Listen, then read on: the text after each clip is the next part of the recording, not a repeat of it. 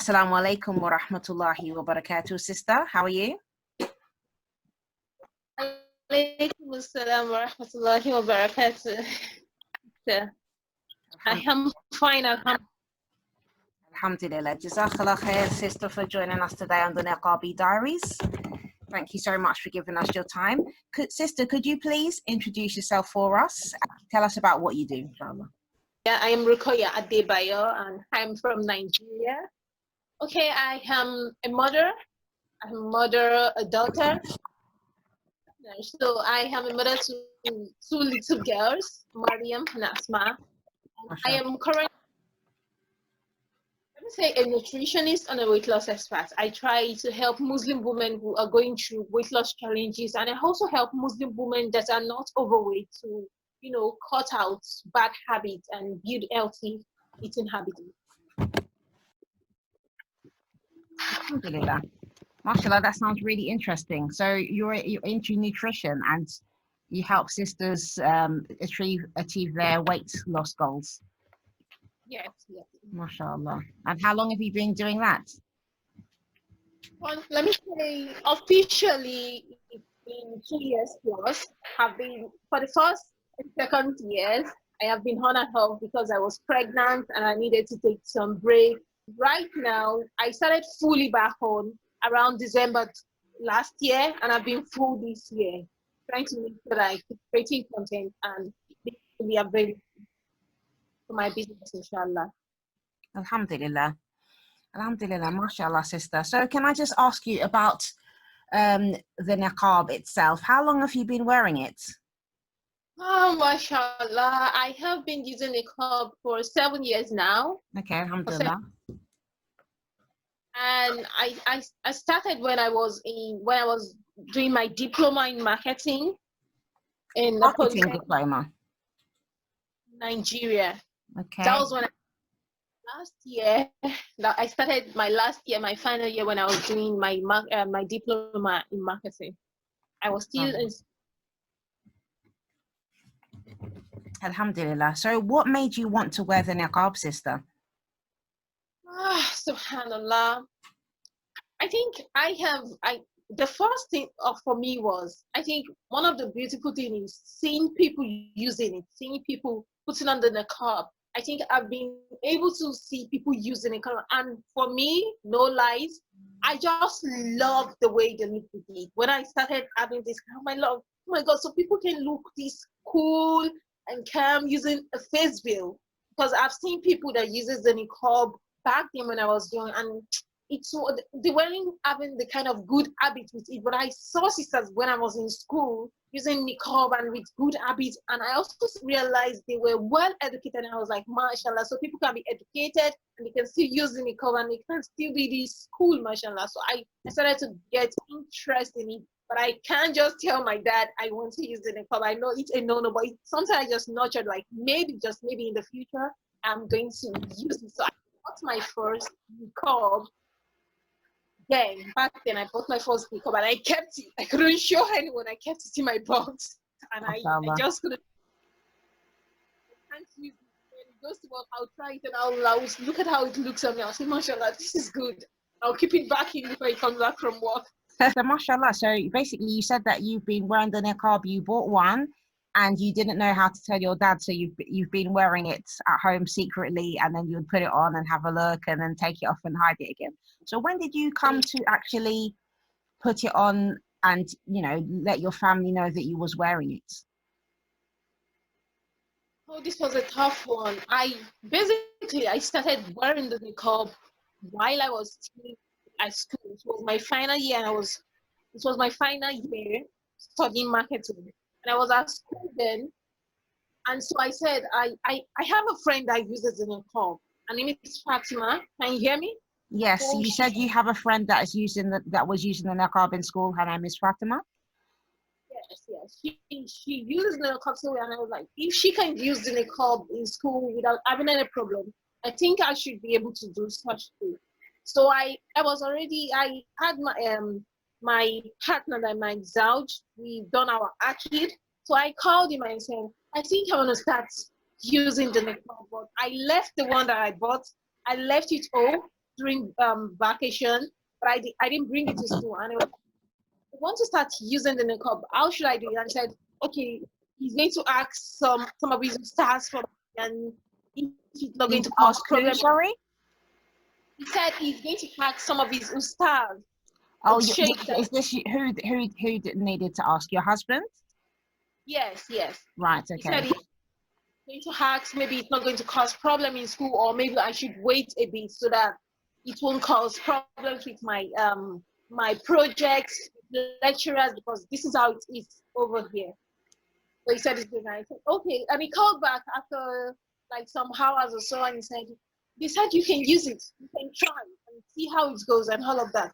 So, So he said, maybe I should just. sorry, sister. So you said you told your husband that you wanted to wear the niqab, and then he went and asked the teachers in the school about it?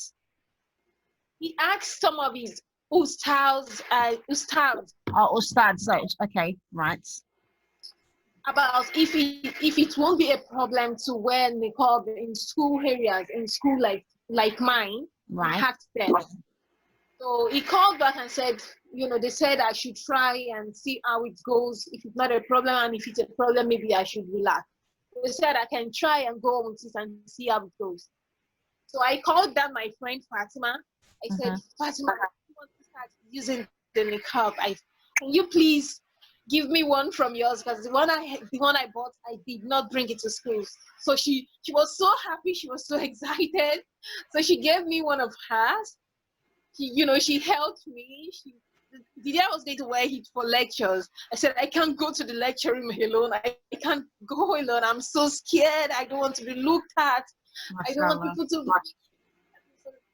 You're going to actually escort me to the lecture room. She said, no problem. Alhamdulillah, the support was so real from her. I couldn't forget what she did back then. I still remember her, and I just pray for her. She helped me tie the niqab because I did not get it so well. She helped me. She walked me down to lecture rooms. We walked down to my lecturers who were actually handling my projects then. She walked me down the school areas from hall and hall, and we got back and I was like, thank you so much. That was how it started. I started that day. I did not tell my mom, but I was so scared. Like after my project, after everything, I'm still going to go back home. How am I going to tell them? So before I went back home, after everything is finished, after I'm done with my last project, I sent a text to my mom. Mom, this is what is happening. I can't tell my dad, but I have started using the niqab. I don't know. I do not want you to get angry. She did not reply, but she just called me back and said, you know what? She said she dreamt that I was using something like that. She dreamt that I'm definitely going to use something like that. But it's no problem. That the only problem is my dad. But we should just keep praying about it. Okay. So I just kept praying. I got home. I told my husband then, I said, do not follow me home. Do not follow me home, because I do not want them to associate the niqab with you. Like, I don't want them to think that, oh, you married my daughter and say she should use the niqab, because that is how it is here. Yeah. When might actually say it's your husband is pushing you, you're educated. What is going on with you? I said, please do not follow me. Let me just face all this myself. Let me face the insult and everything that is going to come out of it. Let me face my dad myself. I just want to go home. So before reaching like 2 steps, 2 houses to our main house, I prayed, I did my askar. I just went to the door. I met my dad at the door, like he was just looking at me. He didn't say anything. I was like, is this my dad? What is going on here? He didn't say anything. He was just so calm. I went inside our house. I removed my niqab and said, even if before he comes back in, you shouldn't see my niqab. He should be able to record that this is my daughter. I removed my niqab and said, Mom, what did he say? And he said, let's just look, let's just hear what's it. My dad was so calm when he got back in. He didn't disturb, he didn't say anything. The only thing he said to me was, the next step for you is prepare. What did you want to do in regards to your education with the niqab that you started using? I was like, okay, Dad, maybe I can be a lecturer. I think they're still I don't even know what I was going to say. I'll switch to education. Maybe I can be a lecturer. You know, I know I can't work at the bank anymore. I know I can't do some things anymore because we all know, even though we love to do these things, niqab is a barrier. Not because it's a barrier for us because we are not capable, but the world thinks it's a barrier for them to take us in the things that we love to do due to our niqab. Mm-hmm. I was just so praying. I was like praying so much, and alhamdulillah, it went out well with me. Alhamdulillah. So that was just the basic product of it. Alhamdulillah. Mashallah. So, since wearing the niqab, have you had any abuse from anybody for wearing it? Oh, yes. Really? You So know, the where? first one I can remember vividly because I after I left my after I finished my diploma, I decided to go for my bachelor's in economics and education. So Mm-hmm. I, an admission into this university.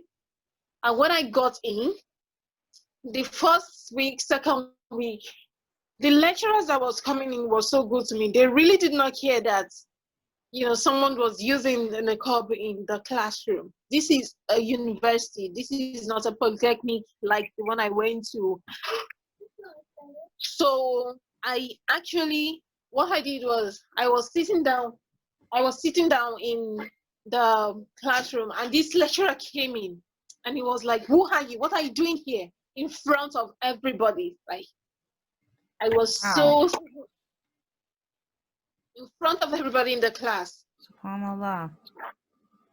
He kind of embarrassed me and said, "Don't you know about the rules and this and that?" And I said, "No, I don't know about the rules." He went out and came in with some bunch of rules that maybe one of the rules is like someone using the niqab can come into the school. If you want to use the niqab, you have to remove it at the school gate before coming in for the lectures. And maybe when you get out, you get to the school gate again, you can wear it. And I was like, this is not possible. I cannot use the niqab remove my niqab because I'm coming for lectures. Like everybody else already see what's the essence of people seeing Yeah. my face and me getting it back and removing it? And also I realized that there are schools, there are universities that allows niqab. So I just decided to just quit.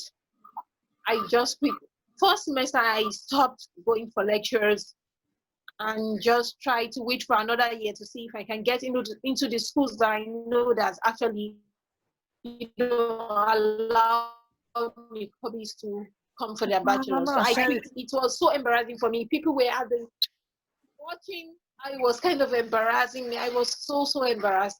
It was, SubhanAllah. and friends were sitting down talking. I was the only one, even in that class, like people using small hijabs, like capes and all of that, they were not that much. But for someone using the niqab was like so huge in that kind of environment. So I was really so embarrassed. I just decided, I told my husband, I'm not going anymore. I'll just kind of wait and see how it goes next year for another university. That was the big deal for me. I was so embarrassed that day. I cried. I went home and you actually left university. You quit that school completely because of what happened with the teacher.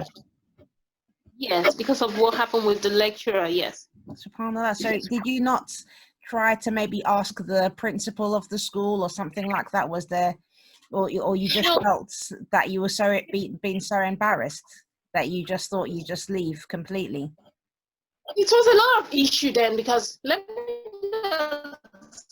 go into this a little bit. My husband was about to get a job in that university, Right. that college, okay? They denied him because of he's also a Muslim and his Mm-hmm. wife is coming with help. They denied him his job. We realized he got the job. They kind of removed his name later on. We realized later. And the provost was one of those people that actually did not even like women using the niqab. So it was a no-no to even go to the higher ups of the school and tell them, oh, can you help me? Like they were Mm-hmm. all working together. This they have like they do not just want women in niqab in the environment. SubhanAllah. So what happened next? Okay, I stopped. I stopped, and life happened. I got pregnant with my first daughter back then. That was when I was struggling to. So I just decided to just chill a bit, and maybe after my pregnancy, because I was on bed rest throughout Marian's pregnancy. It was so stressful. It was it was so stressful. I couldn't help it. So I said maybe I told my dad I'll just wait after this pregnancy and see what I can do next after the pregnancy. And life with a kid with school, you just don't know. You just don't know what life would be after having a child. Yeah. I'm trying to now I realize how stressful, and for those schooling when I was doing my diploma with kids, now I respect them a lot. Like, my God, so this is how it is for you guys. But I tried getting admission, it didn't work out. I tried again. And while I was trying again, I was pregnant with my asthma. And when I was pregnant with Mariam, was when I realized when I got overweight. Before Mariam, I was overweight. Okay. For her, that I lost. So, but from then I started getting that kind of piled up weight, and I just did not like how it was. Like, I am married with a miscarriage and a new pregnancy. Now I'm this big. I was just not happy about it. This is not so. I did not want to take any of that thing for me. I wanted a change, so I started researching and doing a lot of research, reading. I tried different. Then I was not. I was looking for help also. I tried sending messages to someone I know that is a spice and herb coach. I said, please, do you have any Muslim nutritionist? So she sent me one. The Muslim nutritionist she sent me was also kind of a meal plan, is also like some kind of fat diet meal plan that is not sustainable. Mm-hmm. I realized this is not going to work. I tried ketogenic diet. I tried other diet. I realized I can't do this. I need to study myself and just sit. Like, we have less Muslim nutrition coaches around. Like, and just like we have less doctors, even though we have them, but we need more of these things Yeah. in our society. I was like, maybe I should just study. So I started getting to know. I took courses. I was like, mashallah. So I helped myself. After Marian's pregnancy, I helped myself to lose weight. I was able to lose over 20 kg then. Now it's Really? Subhanallah. myself by just reducing my meals. I wasn't even counting calories. Mm. I just reduced my meals, add more vegetables, reduce my carb, and eat a lot of healthy foods. And was so determined because no, this is not me. I can't be this. And it's like, if I can do this, like, friends started saying, "Oh my God, you've lost weight." Families, everybody was actually seeing it. And my friends like, "What are you doing?" Because I have friends who also wanted to lose weight. I said, if I can do this, then maybe I can help others too. So that was how it all got into me coming online and started to see what I can do with coaching. And when I got online also, like, after like 6 months or so, I got pregnant with asthma, and it was like stress, pregnancy going on and off. I do not like inconsistency. It's something that I do not like, but I couldn't help it because my pregnancy, the kind of pregnancy that I get sick, I vomit, I do all of these Mm. things, and I knew I just needed to take a break. So after Mariam's pregnancy, I got someone to come home to help me while we were also helping her, just so she can do a little bit of the work, and I can also focus and do something. So I got back in online around November, December last year, and I've been coming on since then. I've been trying to make sure that I was consistent. The only time I think I left recently for like 2 months is when we lost my mother-in-law. So just so I can the things I can be able to do with my family. So Alhamdulillah. So from your own weight loss journey, you've learned how to basically help other people in theirs. yes, MashaAllah. MashaAllah. Really, really nice. So you mentioned before that obviously you left university and then you got into, well, you end up getting pregnant with your first child, and then you started your weight loss journey, which got you into the nutrition. Yes. Have you done any traveling since then, like wearing the niqab? And if so, like, how did you find it? No, I haven't actually traveled out of the country. No. So I'm still looking forward to it because I'm someone that really loves to travel. I realize right now with the way the situation is in the UK, in the US, with Black Lives and all of this, and like I'm actually thinking so deep of how it's gonna be with Muslims so wearing the niqab and it's still black. I'm thinking about how it's gonna be for Muslims who are using the niqab or the hijab and it's still black. You Yeah. know, before blacks are having issues, Muslims are having their own issues worldwide. I'm just thinking, how is it going to be for Muslim in general? You're black and you're still a Muslim. This is going to be a total, you know, fight on its own. Mm. So for why think about it? We are not accepted anywhere, and coming from another country, how is it going to be for us coming and just coming to see? I've always, as a child, I've always wanted to go to the UK. Mm-hmm. I was telling my dad when I was young, like, Dad, I'm coming to the UK to study Arabic. Then it was Arabic. You wanted to And study Arabic in the UK? yes, you know, I do watch Islam channel a lot, and I always see all this institution of learn Arabic institution. And I was like, Dad, look at this. I'm coming to UK to learn Arabic. Maybe I'll learn Arabic for a year and just come back to study. I was like, okay, if I have the money, and you know, life happens and it never happened. But now sometimes you just get scared when it comes to traveling. You just get scared, like, how am I going to be accepted in the airport? Am I going to be accepted even when I get there? Will I feel, you know, will I feel left out? Will I be accepted? Will it I think a lot about these issues. Mm. Mashallah. So, sister, could I ask you, do you feel that you've mentioned obviously being black and Muslim, and you know the kind of issues that we do face, but what about wearing the niqab itself? Do you feel that as a Muslim sister now wearing the niqab, do you feel you get treated differently from the sisters who are just wearing the hijab? Definitely, we see it all around. This is not to shame anybody, and this is not to to actually feel like you know we are divided. We are not divided, but it happens. This is the real world. Yes, it happens, and we do not have to lie about it. It happens even in the business world. I think people do not realize that we have the same potential and we are just as good as any other, you know, Muslim wearing the hijab. We also have our purpose, we also have our dreams, and we just want to achieve them like anybody else. I think it happens. Yes, I feel that way sometimes, but I never let it get to me because I think we have people that actually when I wanted to start my business, I researched online.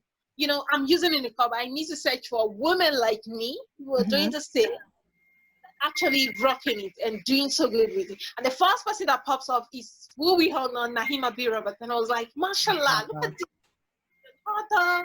You know, she has a good following. You know, then she was still running a magazine. And I was like, mashallah, she's doing these amazing things. Like I can do, if she can do it, I can do it too. It's kind of like if she can do it, I can do it thing. That's kind of mentality that now the kind of mentality that I try to put on it. If I can be successful, if I can maybe I can give others that are like me, hijab, niqab, scarf, just Muslims, others that are like me, the opportunity to see that you know, there is light at the end of the tunnel for them too. So that is one of the things that motivate me. I always want to think about the light at the end of the tunnel. Like it might not be easy now. I'm still a startup. I'm still trying to grow, but I keep reminding myself of the end goal I want. Alhamdulillah, khair inshallah. Sister, have you met any other sisters who want to wear the niqab but they're not allowed to wear it? Or have you met any sisters who've been forced into wearing it? Because you did mention before that when you wanted to put it on and you first wore it to your parents' house, you didn't want your husband to come with you because you didn't want your parents to think that he's forced you to wear it or he's made you wear it. So have you met any sisters who have been forced? I haven't really, but I have heard a lot. I've heard a lot about people forcing people to wear it. Yes. So what I think some Muslim men do that I have seen this is they try not to make it seem as if they are forcing them. Mm-hmm. They try to make it seem as if they're trying to advise them, and and when I look at this system, because I've seen I've seen some of this women that I've kind of been with in organization. When I look at them, it is not as if they really are ready then. It is Yeah. as if it wishes that I wanted to use the niqab in the future, and okay, they just want to satisfy their husbands' feelings and intention as being a new wife. This happens to a lot of sisters like that. They Yeah. just want to satisfy. Oh my God, I want to do whatever it is, and these things backfires because when you start having issues or these things, I've heard of sisters like that. I've even seen one. They will just remove it at the end of the day Yeah. because they're not for the sake of using it for Allah. And even us that we actually use it and talk about it so well and use it for us and for Allah, sometimes we feel like, my God, the world is going crazy now. There's a lot of temptation, and sometimes you feel like, do I have to do this? Do I have to do this? There's a lot of barriers, but you just kind of have to call yourself back on and say you're doing it for Allah's sake. You're not doing it for anyone, and it's actually not going to stop you. But for people that actually didn't do it for the sake of Allah at the beginning, those men actually use a lot of manipulations, like I am your husband and you're going to do this is what I want for my wife to wear, and they just go with it, and it shouldn't happen. I think we need to teach our sisters better. We need to teach our daughters better in the future. I have a sister-in-law. She already started telling me, sister Ruko, because we're so close, she would tell me, sister Ruko, I'm going to use makeup, and I sat her down. Do you really want to use it for you, or you want to use it for any other reason? Like she said, no, I love the niqab. She told me different reasons why she actually wants to use it. I told her, I'm not saying do not use the niqab, okay? But what I want is ask yourself certain questions. Be sure you really want to use this for you, and know that whenever challenges comes up in, because there will be challenges. This is the world we are in. We're strangers in this world. There will be challenges. You have to realize that whenever you face these challenges, you won't think of removing it. You won't think of, oh, it's a barrier for me, then I need to remove it. Ask yourself, because people now, these days, people think niqab is kind of like a fashion, and they just want to get into the trend. Yeah. Some people, so it is not about the trend, because let me tell you, even when I started using the niqab back then, you've started and you're going cool, and there'll be some certain point it kind of gets hard. Eye scratching, you know, breathing. This is real. You kind of sometimes you can't breathe well, and start having to say, is this really heat? So this is what people struggle with. And I said, when my friends started using it, this is it. This is what we struggle with. This is what is it. And if you want to use it, this is the struggle. It's real. We're using it. Niqab is actually using it is just for the sake of Allah. You can't just pick it up and say you want to use it. You need to really have to ask yourself a lot of questions. Because I'm using it in niqab doesn't mean I'll actually tell you it's compulsory. You have to use. I will always tell you the truth, and I will encourage you, and I'll tell you. Then at the end of telling you the truth, this is what it is. Do you think it's something that you also want to do for the sake of Allah? And if you actually want it, then go, mashallah, alhamdulillah, Allah will ease your affairs and Allah will make it easy for you. Because these days we need to stop this trend of calling people into, I'm using niqab and it's a form of piety, then you also should use it. No, it's not that. Let's stop telling people, let's stop telling our kids as if it's comfort. Because you use the niqab doesn't mean your child will grow up and use the niqab. Now we need to be real and tell people the advantage and disadvantage might not be disadvantage, but the disadvantage for me will be the barriers, and the disadvantage for me will always end up to using it for the sake of Allah, because sometimes what you want, you might not be able to get it because you're using the niqab. It's the world we are in. Allah, the prophet already said, strangers in this world. We are strangers, and we'll always be strangers. Yes, We will leave this world. It's like that, and we can't just wave it off. It's the truth. You want to use the niqab, check it out. Can you use it? Then go on. Alhamdulillah. Alhamdulillah. Mashallah, sister. Jazakallah khair. That's, really true, like about being strangers. And I think this is one of the things that sisters definitely need to think about.